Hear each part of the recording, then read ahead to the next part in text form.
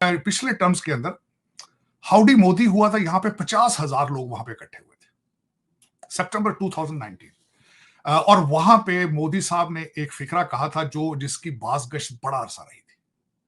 अब की बार ट्रंप सरकार, तो रोमांस तो उनके दरमियान है।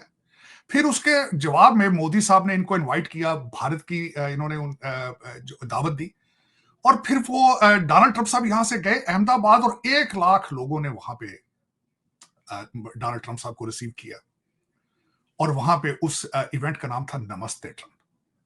तो रोमांस तो उनके दरमियान मौजूद है, इसमें कोई शक नहीं है। मोदी साहब is not an ordinary leader, he is an extraordinary leader, extraordinary leader. बिलखसूस पाकिस्तानी लोगों को अगर कोई देख रहे हैं तो उनको बताना चाहूंगा कि लीडर जब जाते हैं बाहर दौरों पे तो वो क्या करते हैं। वो बिलखसूस मैं इस चीज के हक में होता हूं, हमेशा कहता हूं कि Modi is a nationalist leader, और मैं हमेशा ये कहता हूं पाकिस्तान को भी एक नेशनलिस्ट लीडर की जरूरत है। आधे लीडर की जरूरत नहीं है जिसका आधा पांव पाकिस्तान में एक टांग हो और दूसरी टांग दुबई या लंदन में हो। हमें ऐसा लीडर नहीं चाहिए।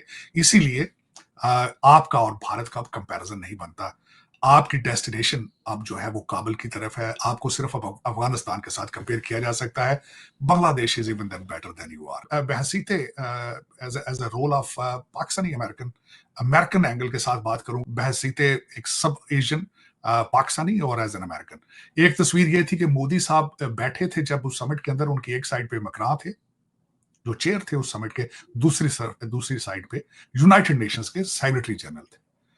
तो उससे पोजीशनिंग नजर आती है कि what is positioning of Modi, what is the positioning of India.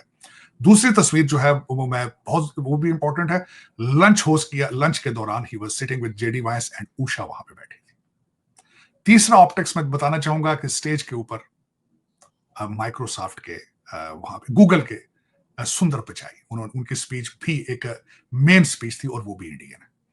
तो इसमें अगर देखा जाए तो इस वक्त आप जो 1951 के अंदर भारत ने इन्वेस्टमेंट की थी इंडियन इंस्टीट्यूट ऑफ टेक्नोलॉजी की, उसके फ्रूट सामने आ रहे हैं। और आप देख रहे हैं कि इस वक्त अगर देखा जाए तो वेस्टर्न सिविलाइजेशन के अंदर दो कौमों का अरूज नजर आ रहा है, एक ज्यूइश और दूसरे भारतीय।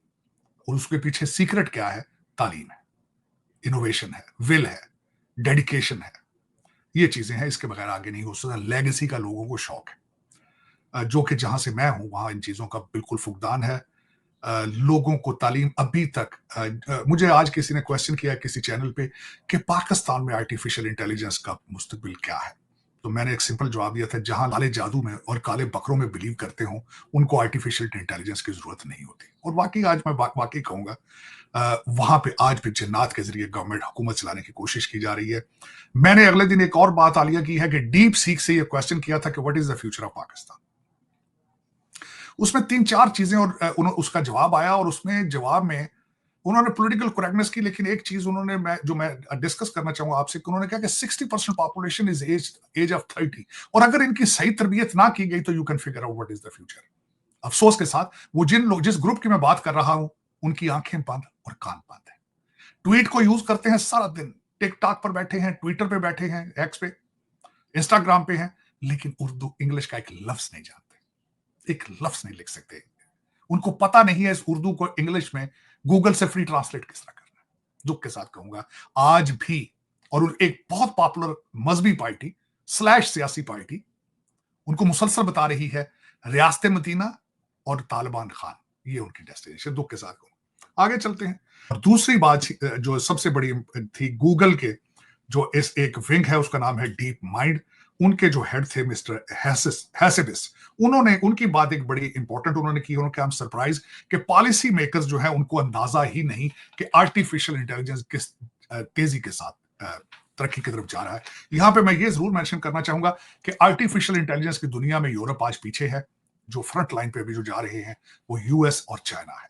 ये समझता हूं, आज मुझे किसी ने ये क्वेश्चन किया कि क्या बात है कि यूनाइटेड भारत में उस वक्त तो पाकिस्तान भी उसी का हिस्सा था, बांग्लादेश भी उसी का हिस्सा था, बल्कि आप कह सकते हैं बर्मा भी उसका, लेकिन भारत ही उसको बार बार सामने उसको क्यों उस पर तवज्जो देता है? ये भी एक बहुत बड़ा सवाल है, बहुत बड़ा सवाल।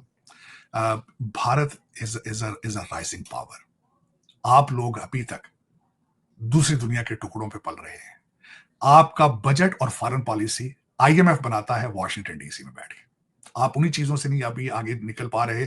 आप हिस्टोरिकली किसी चीज को एडमायर किस तरह कर पाएंगे, अपने एसेट्स के ऊपर आप अपना क्लेम किस तरह करेंगे, चाहे वो हिस्ट्री हो।